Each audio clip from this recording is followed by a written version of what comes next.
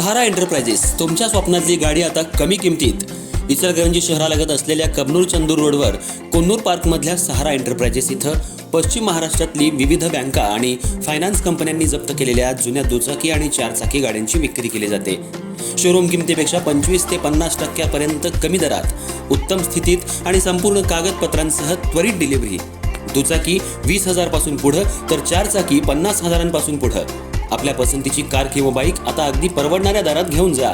विश्वास, पारदर्शक व्यवहार आणि उत्तम सेवा हेच आमचं वैशिष्ट्य. पत्ता Konnur park, Kabnur Chandur road, Ichalkaranji. Proprietor Rajubhai आजगर.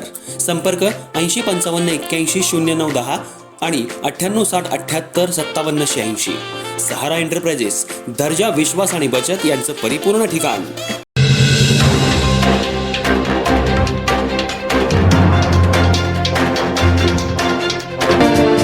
Ichalkaranji शहरात शांतीनगर परिसरात राजरोसपणे गांजा विक्री करणाऱ्या गणेश नगरकर यांच्याकडून सुमारे 7,700 रुपयाचा 300 ग्राम गांजा पोलिसांनी जप्त केलाय. या आरोपीला आज न्यायालयात हजर करण्यात आलं. अधिक तपास गावभाग पोलीस करतायत. इचलकरंजी शहर हे वस्त्रनगरी म्हणून ओळखलं जातं. शहरात कामगार मोठ्या प्रमाणात आहेत. शहरात राजरोसपणे गांजाची विक्री केली जाते. याचीच माहिती गावभाग पोलीस ठाण्यातल्या डीबी पथकाचे प्रमुख अनिल पाटील आणि अमर शिरढोणे यांना मिळाली होती. शांतीनगर परिसरात गांजा विक्री होत होती. यावेळी पोलिसांनी खोटा ग्राहक पाठवून या ठिकाणी गांजा विक्री होत असल्याची खातरजमा केली.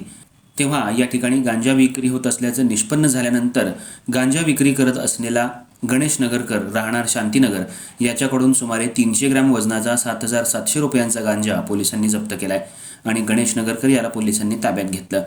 शांतीनगर परिसरात अन्य काही ठिकाणी गांजा विक्री होत असल्याची माहिती पोलिसांना मिळाली आहे. अधिक तपास गावभाग पोलीस करतायत.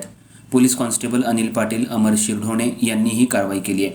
सध्या इचलकरंजी शहर परिसरात नशिले पदार्थ मोठ्या प्रमाणात मिळत आहेत. पोलिसांची कारवाई सुरू आहे, पण खुलेआम नशेचे पदार्थ मिळत असल्यामुळं अल्पवयीन मुलं अंमली पदार्थ सेवन करून राजरोसपणे फिरतायत आणि ज्या ठिकाणी नशेचे पदार्थ मिळत आहेत त्या ठिकाणी पोलिसांचे छापे पण पडतायत. पण आरोपी वेगवेगळ्या मार्गानं अंमली पदार्थ विक्री करतायत. या गुन्ह्याची नोंद गावभाग पोलीस ठाण्यात झाली आहे. आरोपीला न्यायालयात हजर करण्यात आलंय. अधिक तपास पोलीस करतायत.